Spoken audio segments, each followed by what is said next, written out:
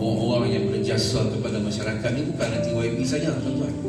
Bahkan kalau di kampung kita ni ada di kalangan imam, ada di kalangan bilal, ada di kalangan penggali kubur, ada di kalangan pengurus jenazah, tuan-tuan. Ini orang dimuliakan dalam masyarakat sebenarnya.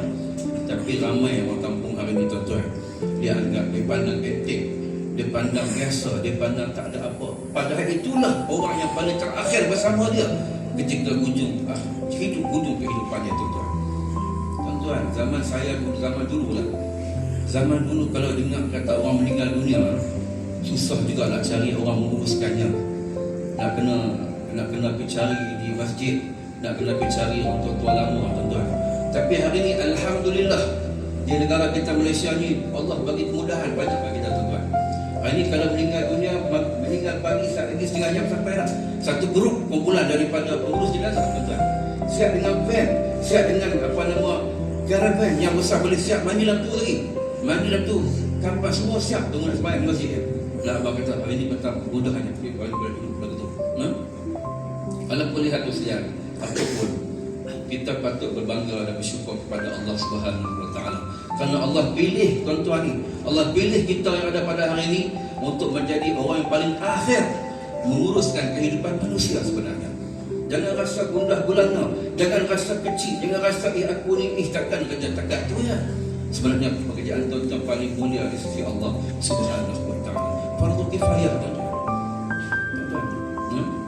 Bayangkanlah kalau sekiranya sampai ketika mana seorang manusia meninggal dunia, tuan-tuan. Kalau tak ada kita ni, siapa nak urus ni?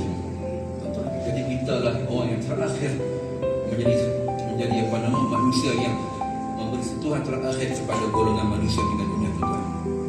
Syukur pada mana kita ni dipilih oleh Allah Subhanahu Wa Taala untuk menjadi golongan manusia yang dipilih dan dimuliakan Allah Ta'ala, insya-Allah. Muslimin yang dirahmati Allah sekalian, apabila kita sebut tentang kehidupan, kita sebut tentang kematian umpamanya, hidup pasti, mati juga pasti. Yang penting ialah hidup kita mesti diisi dengan ibadah kepada Allah Subhanahu Wa Ta'ala. Ibadah bukan hanya sekadar kita sembahyang, solat, kita berzakat, kita pergi haji dan puasa saja. Bahkan ibadat para pemimpin tentang soal hubungan sesama manusia, tuan-tuan. Kita sama manusia ni kena saling menghormati, berkasih sayang, kena ada sifat rahmatan lil alamin. Macam dulu pernah ketika mana Datuk Seri Mujahid jadi menteri, beliau bawa satu gagasan rahmah, tuan-tuan, satu gagasan yang paling baik dalam masyarakat kita yang perlu kita hidupkan dalam negara kita. Sebab apa? Sebab hari ini ramai di kalangan masyarakat kita kadang-kadang tidak ada sifat rahmah, kan? Tambah-tambah anak muda hari ini tidak ada sifat rahmah, tuan-tuan. Kadang-kadang bergaduh sesama kita. Semalam saya tengok video, mereka balik datang kat saya satu budak sekolah, balik sekolah tepi jalan berlawan, bertumbuk sama-sama dia. Bukan pasal bergaduh, tapi nak tunjuk siapa hebat. Pasal terpengaruh dengan filem Gayung, tuan-tuan. Lalu tengah buat filem Gayung tu dekat Pawagam, nak mak kata tu.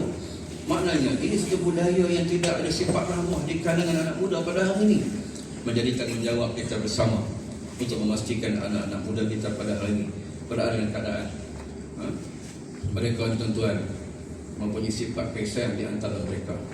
Muslimin muslimat sekalian, kita bimbang hari ini, tuan-tuan sekalian, ramai orang kadang-kadang tak ambil kisah bab agama ni. Contoh tak ambil kisah, kadang-kadang dia agama dia ambil bab apa tau?